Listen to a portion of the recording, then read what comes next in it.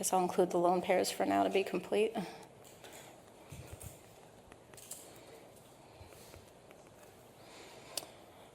Okay. All right, so now we want to look at drawing molecular formulas and constitutional isomers. And what I really want to do before I go through all this is, actually, no, let's just go ahead and do this first. I don't want to spend too much time on this because this is not a super important topic. It's going to be a useful skill, I think, in 30B, and you do have some assigned problems on this.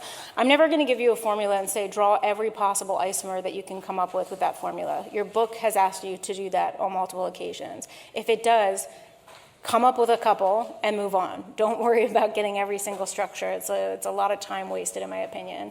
Sometimes I narrow it down a little bit and say, give me all aldehydes of that structure, which helps limit, but it can still be kind of a handful. But I want you to generally understand how to approach these problems, which is that I always start with the carbon atoms. So I take the carbon atoms and I string them together in as many ways as I can think of. Then I start adding what I'll term heteroatoms. You'll hear that term quite commonly.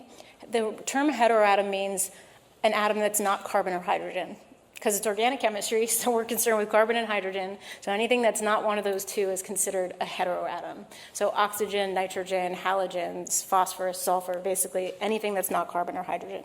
So I start off with my carbon atoms. There's 3 of them. The easiest way to put them together is just 3 right in a row. Then I want to deal with my heteroatoms. I'm going to deal with hydrogens at the very last step. So the easiest way to add in that oxygen is just keep going in a line.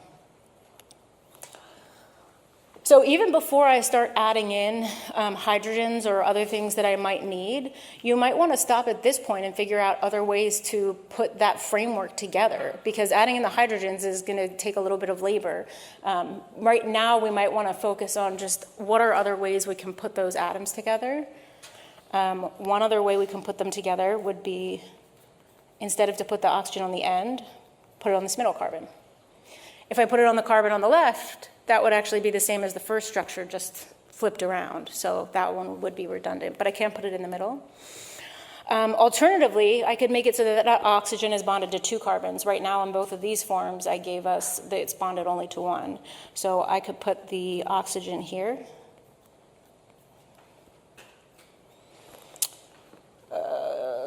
No, that's 3 carbons. Is there any other way to do this? I think those are the main frameworks that you can actually do there. If I'm missing one, I apologize. So from here, what we want to do is start filling in the hydrogens and see if anything is missing. And you'll see what I mean by that when we start with the first structure. So I know that right now, since I don't see any formal charge on this structure, I want to make sure all the carbons have 4 bonds, and I want to make sure the oxygen has 2 bonds. That way everything stays neutral. So let's start. We have a total of 6 hydrogens. This N1 is going to need 3.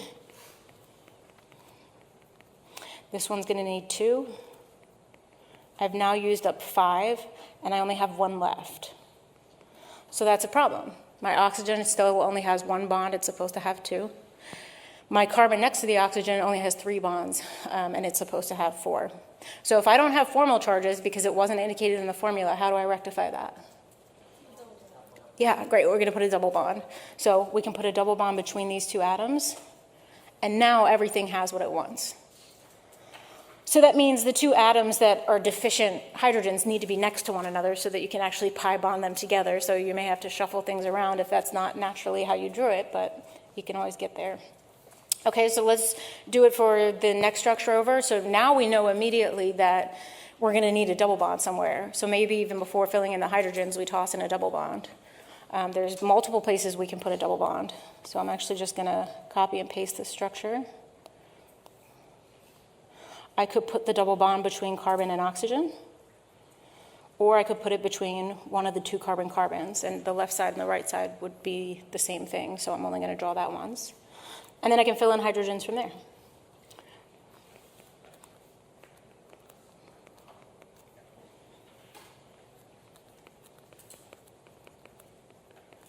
That's a really ugly bond.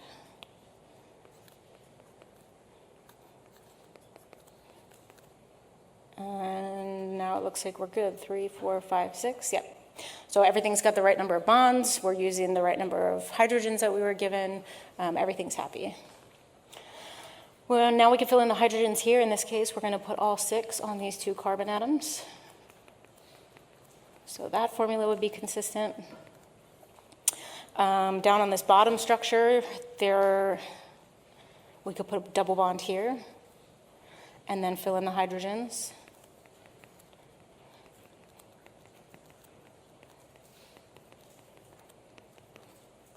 And there are more structures here. There are different places we can put the double bond along that linear chain. So up here, we could put the double bond between one of the carbons and have an OH group instead. So there are more structures, but I'm going to stop there. I just want you to be able to come up with a handful of different ways of attaching the atoms together and thinking about whether or not you need double bonds and just the general strategy for that. So C4H11N is even more annoying. Again, when you get to those book problems, just do a couple. Make sure you have some idea of how to come up with a correct structure and that it's consistent with the formula, but don't torture yourself with coming up with all the structures. It truly is torture, and I won't do that to you on an exam. Okay, so the next thing that I want to talk about is line angle